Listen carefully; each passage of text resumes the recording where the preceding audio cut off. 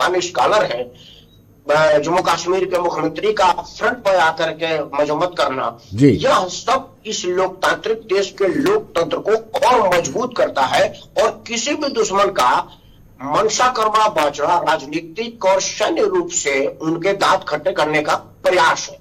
भारत सरकार और राजनीतिक दल ने आज यही प्रयास किया है।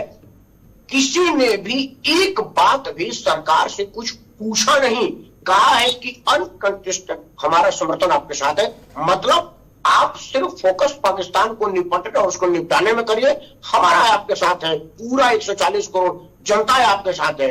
और इससे बड़ा मैसेज पाकिस्तान को हो ही नहीं सकता, जबकि पाकिस्तान के पार्लियामेंट के अंदर उनके पार्लियामेंट के लोग सरकार के विरुद्ध बोल रहे हैं, उनको डरा रहे हैं, कुछ कह रहे हैं।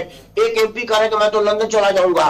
इसके बनिस्पत हमारा देश का हर राजनीतिक दल और हर नागरिक अपने सरकार के साथ है, ये बहुत बड़ी बात है। और हमारा लोकतंत्र इसीलिए अजर है, इसमें कहने वाली बातें नहीं जी। ये मौका है, हम हर तरीके से भारत तैयार है इनको माकूल जवाब देने के लिए।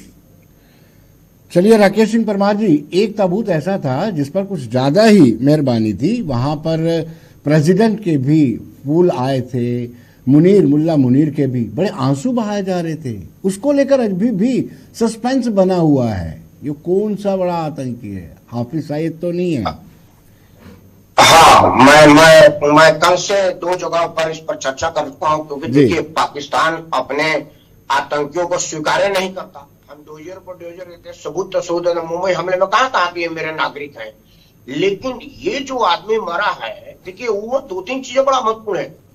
जो नमाज कर रहा था, मैं नहीं समझता कि उसको क्या बोलते हैं जो सामने आकर के नमाज करता है। मैं क्षमा चाहूंगा, किसी धर्म को मुझे वो करने की जरूरत नहीं है।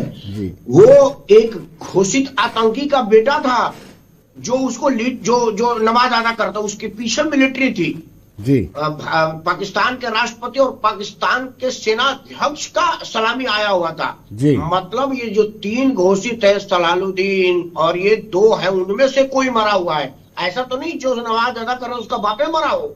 यह जरूर बात है, क्योंकि तीनों आतंकियों का विजुअल अभी नहीं आया है, नहीं तो ये रोज मुंह फाड़ फाड़ के चिल्लाते रहते हैं, रोज पाकिस्तान में खड़ा होकर के भारत को खत्म करने की बात करते हैं। लेकिन कल से परसों से उनका वीडियो नहीं आया है, तो हम तो भगवान से प्रार्थना करेंगे कि जो गया हो गया, बाकियों को भी जल्दी बुलाओ ताकि अमन चैन पूरे खित्ते में आए, क्योंकि अमन चैन के दुश्मन है ये। 2 बातें आपको और बता दूं कि भारत सरकार को मल्टी फ्रंट पर लड़ना है। पाकिस्तान को तो हमारी सेना निपट लेगी, बिल्कुल। माउथ मीडिया और सोशल मीडिया, एआई के जमाने में इस पर सरकार को बहुत ध्यान देना पड़ेगा, क्योंकि एआई तकनीक से कई आदमी का विजुअल बना करके बोला जा रहा है, कई चमत्कार है। तो यह हमारी सरकार जरूर सोच रही होगी और माउथ मीडिया पर जरा ध्यान देने की जरूरत है। सेना हमारा काम कर रही है, वो सक्षम है, और पाकिस्तान भी जानती है कि हमारी सेना सक्षम। चलिए, करोड़ी सिंह जी यूएस से कह रहे हैं कि मैं रेडी हूं इंटरवेन करने के लिए, मध्यस्थता के लिए। क्या करोड़ी सिंह जी किसी दूसरे मुल्क की मदद खाली होती लड़ाई नहीं लड़ सकता है। चीन की इकोनॉमी इतनी डाउन है, वो नया फ्रंट नहीं खोलेगा, इसलिए हमको ये भी प्रॉब्लम नहीं है। मैं इसलिए बार बार कह रहा हूं, ये हमारे पास भगवान खुदा का भेजा हुआ मौका है कि पाकिस्तान को हम 5 टुकड़ों में बांटें या 2 टुकड़े तोड़ दें, ताकि दोबारा चीन और पाकिस्तान मिलके हमारे बरखिलाफ काम न कर सकें। और ये मौका इंशाअल्लाह हमारे कारगर किया जाएगा इसी दौरान 10-12 दिन के अंदर। चलिए राकेश परमार जी, क्या आपको लगता है वाकई माकूल माहौल है? माकूल माहौल है, लोहा गर्म है, हथौड़ा मार देना चाहिए, जैसे बलूचिस्तान की बात की दिनेश जी ने। हालात बड़े। देखिए, पहले हम पाकिस्तान पर चर्चा करें। ये मामला भारत पाकिस्तान के लड़ाई का नहीं है, ये मुनीर का अकेले एक्सटेंशन की लड़ाई है। मुनीर रिटायर हो रहे थे, उन्होंने अपने एक्सटेंशन के लिए साजिश रचा ताकि पाकिस्तान डिस्टर्ब हो जाए और हमारा रिटायरमेंट की चर्चा ना। ये सिर्फ मुनीर का लड़ाई है और किसी का लड़ाई नहीं। ये पाकिस्तानी आवाम भी जानती है और भारत भी जानता है। जैसा कि सर बता रहे थे, चीन की अर्थव्यवस्था सेंक्शन से पहले ही बर्बाद है। उसका कंस्ट्रक्शन वर्क एकदम डाउन हो गया, वो कंपनियां वहां से छोड़ करके बाहर जा रही थी। अभी चीन अपने सर्वाधिक दुर्दिन में जी रहा है। इस स्थिति में भारत सरकार के विरुद्ध सीधा लड़ने की जोहमत नहीं उठाएगा।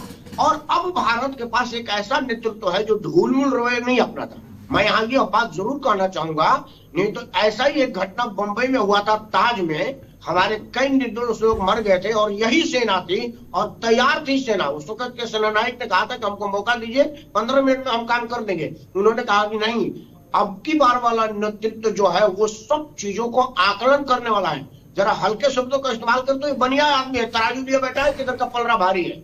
और यह नेतृत्व और सेना मिल करके जरूर कोई बढ़िया काम करेगी, ऐसा मुझे भरोसा है।